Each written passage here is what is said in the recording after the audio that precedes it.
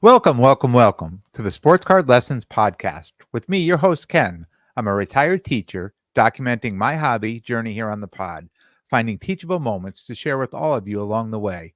Don't forget to hit me up on social media on Instagram at sportscard_lessons. Hit the follow button. And you can also find me on YouTube by searching Sports Card Lessons.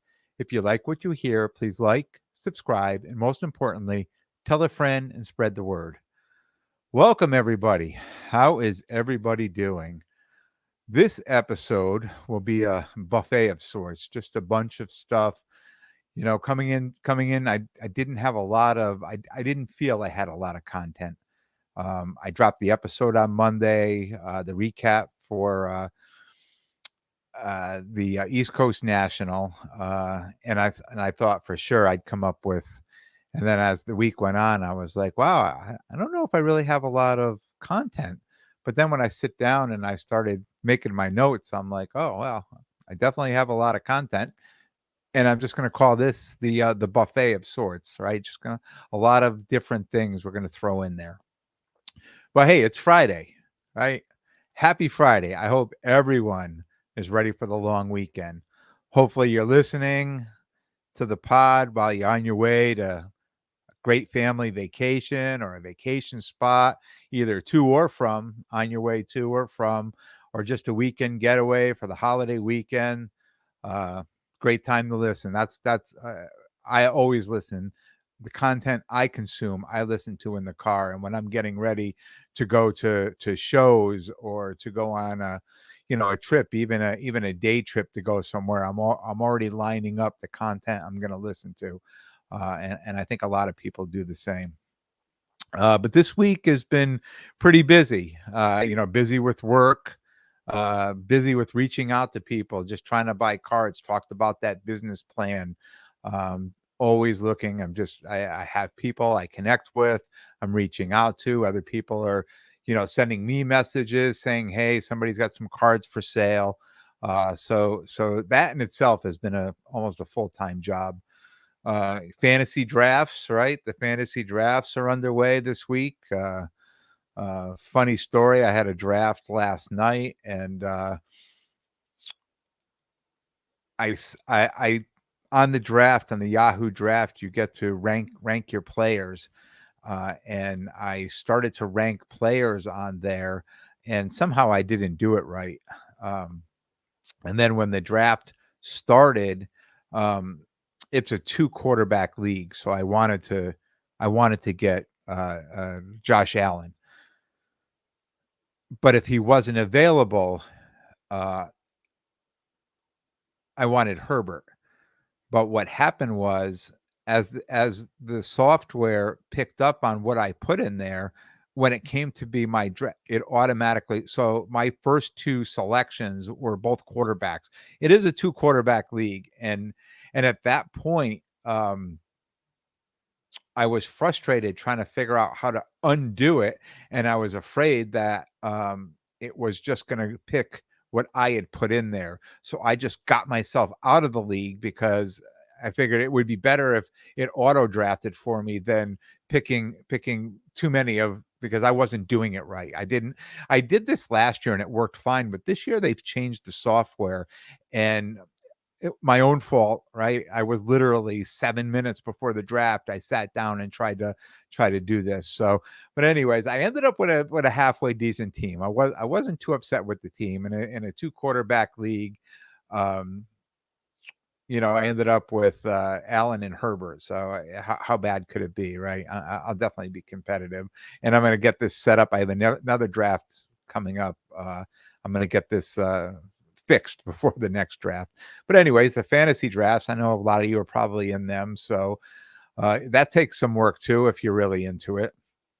I had to drop my stepdaughter off to college freshman year college, so that's a whole day event, up early, and the move in. If you've been there, you know exactly what I'm talking about. So it's just been a big week, and one of the biggest things I probably have done this week. Um, I was honored to be a guest on Rob Sports Card Therapist's podcast this week. It's taped his 100th episode. Uh, and it was great. I mean, like I said, I was honored to be on there. The episode's dropping today. So be sure to give that a listen too. It was an amazing episode. It was Rob, myself, and Craig from New York City Sports Cards. And it was just a great conversation. Just talked about a lot of the stuff that, you know, the growth that we've had in the hobby. And the three of us, me being the oldest of the group, but the young, the last person to jump back into collecting.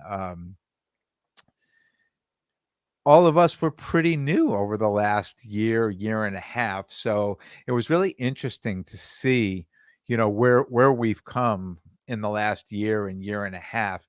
And we also talked about the importance of us just having a group, having this inner circle group in the hobby that we, when we can, Rob and I go to almost all the shows together, and when Craig can, he comes as well. And just to have a group of people that, we talk to on a daily and a weekly basis, and we on Instagram, we have a chat set up, and we're always asking questions, showing pictures, and it helps me a lot, when I'm doing now is I'm reaching out to people, trying to, purchase cards. And like, I don't know a lot about basketball. I know enough about soccer probably to get me in trouble. So those two sports there, it's instead of me going and doing a whole lot of research when these cards go up, it's easy just to take these pictures and throw them up and say, "Hey, what do you guys think? Is this card liquid? Is it somewhat liquid? Is it a stale card? Should I make a move on it? Should I leave it alone?" And they've been pretty spot on. I mean, they haven't given me any bad information. All the information they gave me has been spot on, and I've been able to you know purchase the cards at a really great price and then sell them at a great price. So I mean, that's just one aspect of that inner circle. We're all there to help each other. We're all there to bounce ideas off each other. Um, we're all there to go to shows and set up to help each other out. And it becomes more than just hobby friends. It's generally a friendship, and it's a really great friendship. It's you all have the same interests in the hobby. Uh, but there's more than just the cards, and we kinda talked about that on Rob I did anyways, I talked about on Rob's 100th episode that it's more than just the cards, a lot of the friendships are important, and there's a lot of different levels of friendships from very close inner circle to, the people that show up at the hobby, and I talk about this a lot, and people you set up with and you go see all the time, and you see these guys at the shows. There's just different level of friendships, and it's really good to have, and I think it's really important, to have all those different levels, of friendship. I'm also seeing too as we talk about groups of people, I'm starting to see a lot of people, doing these IG lives where there are 3 or 4 people or 5 people, just groups of people that are jumping on, and these people are friends, right? They set up at shows. I see them at shows. I see them online. They're always posting cards. Now I see these IG lives are just popping up daily and nightly. And it's just guys talking about cards, and they're showing their cards, and they're selling their cards are all for sale. I mean, I understand that they're trying to sell cards, but it's great when they start. I'm a story guy, right? And I've talked about this. I've talked about every card that I have has a story. And as I go to these shows, I tell the stories of these cards. And when I sell a card, I won't I won't be able to tell that story again. To me, it's a little sad sometimes, but I also like to hear other people's stories because other people have the same story, so it's not just me. Um, I talked about this, maybe 7 or 8 episodes ago, maybe less. I know it was at National, and I just talked about, selling a few cards that had just great stories that I'll never be able to tell those stories again.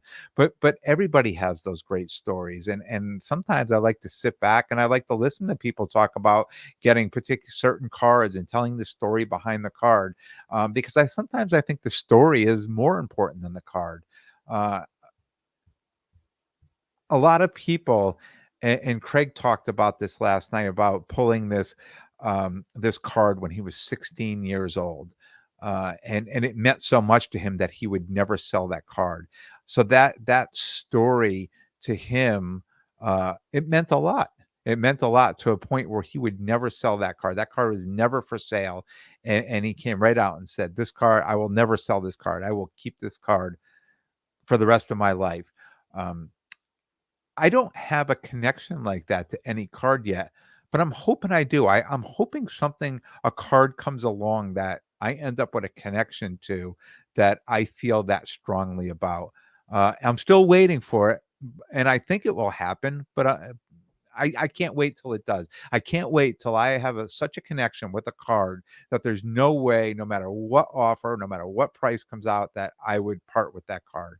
And I get a little excited thinking that that's going to happen at some point to me, and I can't wait till it does.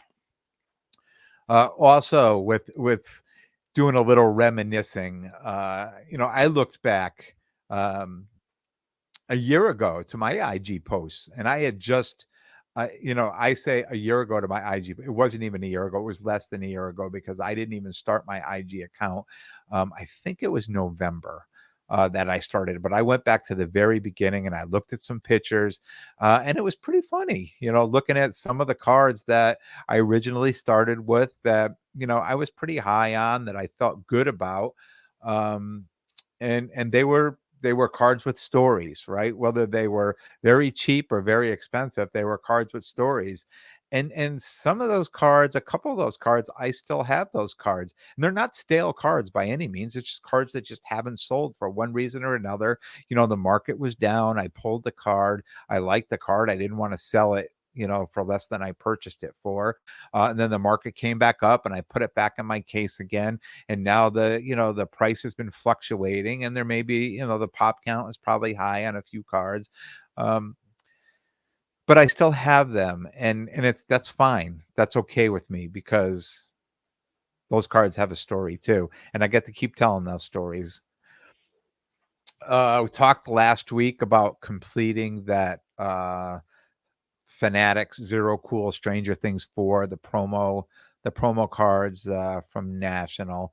I did receive the Eddie card, so I now have all 18 cards, and I have 3 unopened packs. So I did have 4 unopened packs, and I weighed the packs, and one was heavier than the other packs for whatever reason.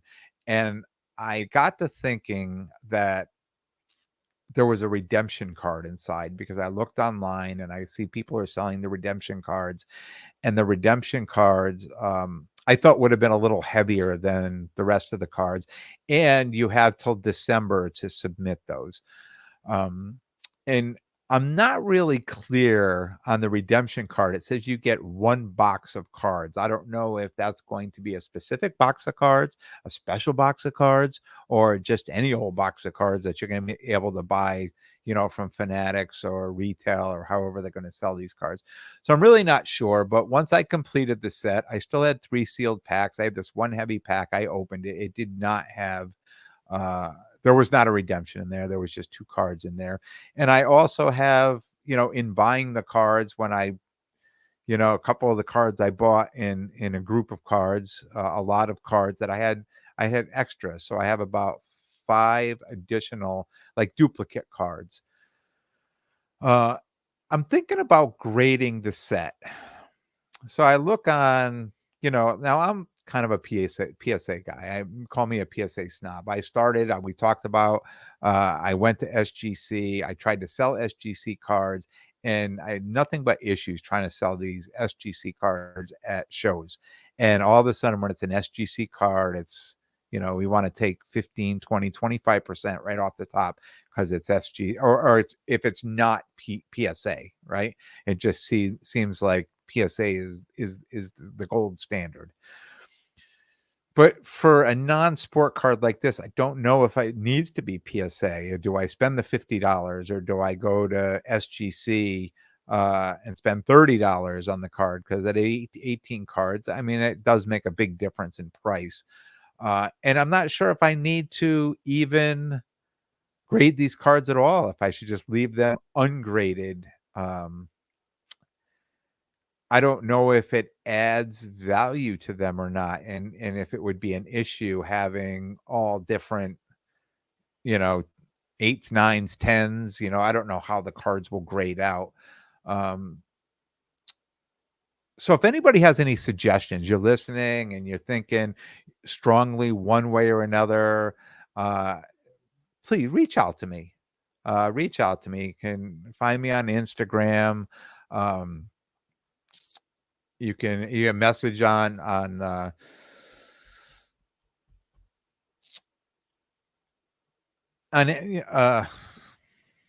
YouTube. I don't know where my mind went blank right there. You put a message on YouTube.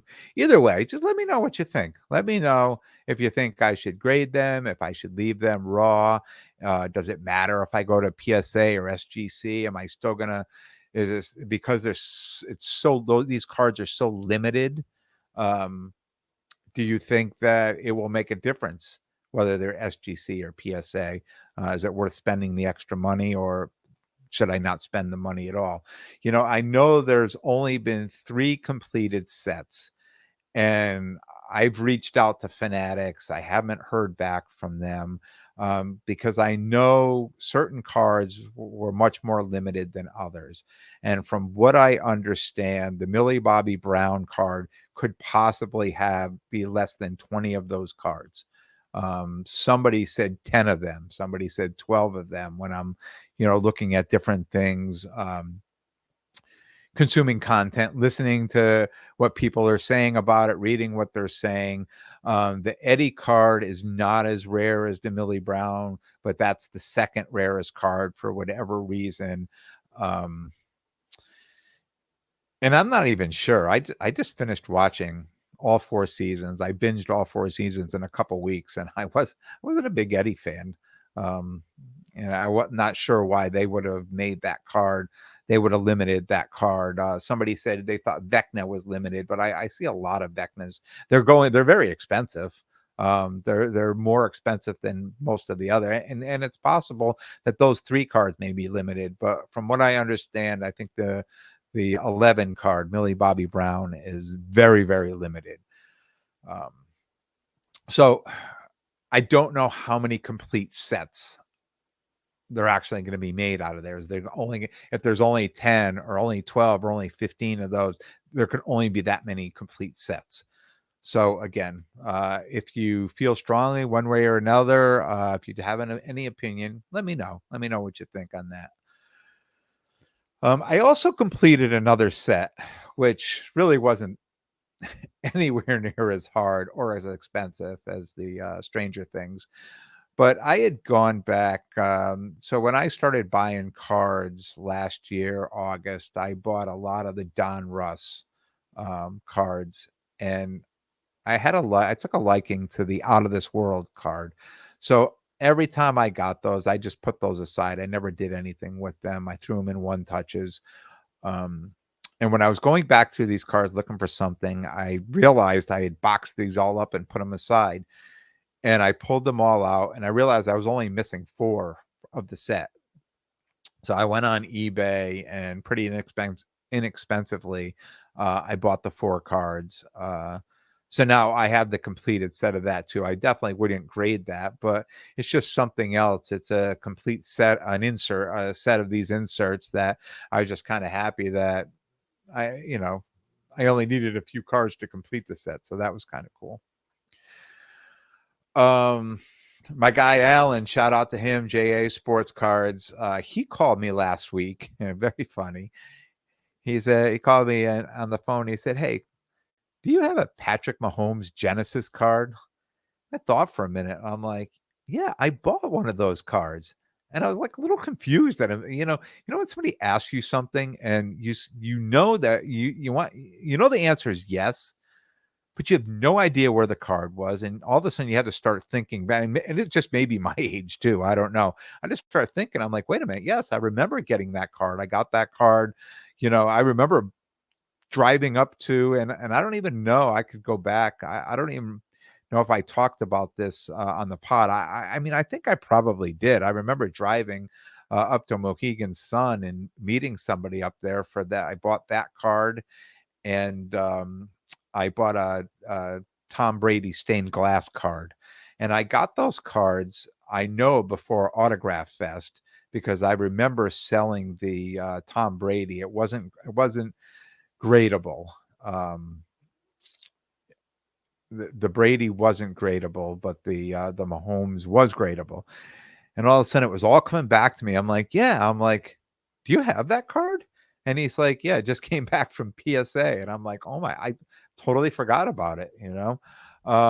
But anyways, yeah, on YouTube, here it is.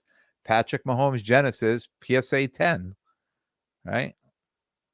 That was a great phone call to get. Very excited about that card. And a huge shout out to his son, Josh, who suggested that I send this to PSA. You know, Josh would look these cards over and say, yeah, I mean, there's a good chance this can get a 10. So I'm pretty excited about that card. I received a text today from a guy I reached out to looking to buy some cards. Somebody I bought some cards from a few weeks ago sent me a text today saying that he had more. So I was excited. Just before I sat down here to start taping, I ended up getting 38 pictures. So I'm hoping I'm going to find some gems uh, in those 38, and something I'll be able to share on the next episode. But uh, a lot of times what happens is, or what I was trying to do at first was I would reach out to people. I have extra time on my hands during the week, so I'd be driving here and there and going looking at these lots and realize like I was wasting time and gas. So I'm at a point now where I just tell everybody, whatever you have, send me pictures. Let me look through them, so I know exactly what it is. You know, at first I thought to myself, if I went there, if I found some hidden gems in there, then, but I think those hidden gems are few and far between. I think it just makes more sense for somebody just to send me what they have, a list or the pictures. Let me go through them, and this way I have a better idea of what it is, what I can do with it, and I can take that information and bounce it off my inner circle and to see if it's worth getting. Um, so when I say it's a job, most of you probably already know. You know, just trying to find, especially setting up at shows, just trying to find stuff. And I know football is very tough right now. Very tough right now. I'm very worried, not worried, but I don't want to. I don't want to jump in too far on football because I don't want to end up where I was last year, underwater on cards. So the football cards, I tend to be comping very low and just not getting them, but that's okay. But I'm honest. I'm saying up front, this is where I'm at with football. I got burned last year, and I don't want to get burned this year. So I'm going to make this offer for these cards, and if it works for you, it works for me. Great. But if it doesn't, I'm apologizing up front. I don't mean to insult you, but I just want you to know where my head is at as far as coming into the season. Football. I mean, we haven't even next week starts our first game, so we haven't even started the season yet, and I just have a feeling only a handful of people are going to go up from there, and the rest are probably going to slide back a little bit. And really, that's the only way I can keep up with this business plan that I'm trying to work with. Now,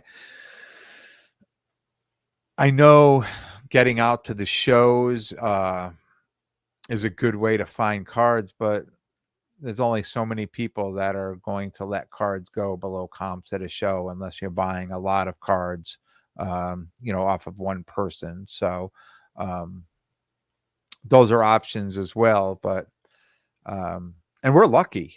We're lucky here in New England. I mean, we have a lot of shows. Like definitely. I mean, there's literally you could catch a show in this area probably every weekend from Massachusetts to New Jersey. I guarantee you can catch a show every weekend. And I heard somebody talking um, about like Texas and Oklahoma and places like that, that, they have one show, every few months, and it could be 200 miles away. It could be 150 miles away just to try to get to the show, a all day event, or even like an overnight event, just getting to a show. So we're pretty lucky that we have so many shows that we can attend in this area. Next week, I will be traveling down to visit my daughter and family in North Carolina. They're in Apex, which is just outside of Raleigh. So hopefully I'll find time to hit one or two card shops. Well, who am I kidding? I'm going to hit them. It's a guarantee. I will find time to hit a shop, a local card shop or two down there. So if you're in that area, or of any good card shops to hit up down there, reach out to me on Instagram. Instagram, I said before, is the best way to reach me. If you're watching on YouTube, comments below. And please like and subscribe if you like what I'm doing here. Please like it and subscribe. You'll always be notified of new episodes coming out. Remember back in July, I talked about Monday holidays, long weekends with a Monday holiday, and getting some great deals on auctions on eBay that were ending on Sunday afternoon, evening. Now, I'm sure that would go to any of these auction houses. I'm not involved in any of the auction houses. I do. I do frequent eBay, and this. I talked about this back Memorial Weekend and Juneteenth weekend and 4th of July weekend, picking up some great finds on eBay on the Sunday afternoon auctions that are ending on Sunday afternoon and evening. So I'm just reminding everybody, if you're, if there's something up there and you go out there, like I've already started, I'm already looking for things I'm interested in that are going to end in that little time frame, and I'm putting them in my watch list, and I'm going to keep an eye on them. I mean, there's no guarantee you're going to get a good deal, and it just happened to work out for me a couple times. So I'm hoping again, and I'm just throwing a reminder out to you guys, if there's something out there on eBay you've had your eye on and it might be ending in that time frame, or even over the weekend, I mean, I would definitely just throw a watch on it and see where it ends up. And stay tuned. I'll keep you updated, and if I find anything, and if you do too, if something works out for you, definitely hit me up. Let me know it worked out. No episode next week because I'm going to be traveling next week, but I'll be back at it the following week. Upcoming shows, Springfield, Mass, October 1st and 2nd. It's interesting that there's no September show. I mean, here is as I tape this on September 1st, and it's literally a month away as my next show. So I have a few weekends to hit some local shows before Springfield. But Springfield, Mass, October 1st and 2nd. The Hofstra show in Long Island, that's October 16th and 17th. And the Mohegan Sun show, November 19th and 20th. So those are my next three shows. Still waiting for a schedule from Laz. And when I get those show dates, I will update you on those as well. So I want to thank everyone for tuning in. And if you like what you hear, please like, subscribe, and most importantly, tell a friend and spread the word. Until next time, be good to yourselves and everyone around you.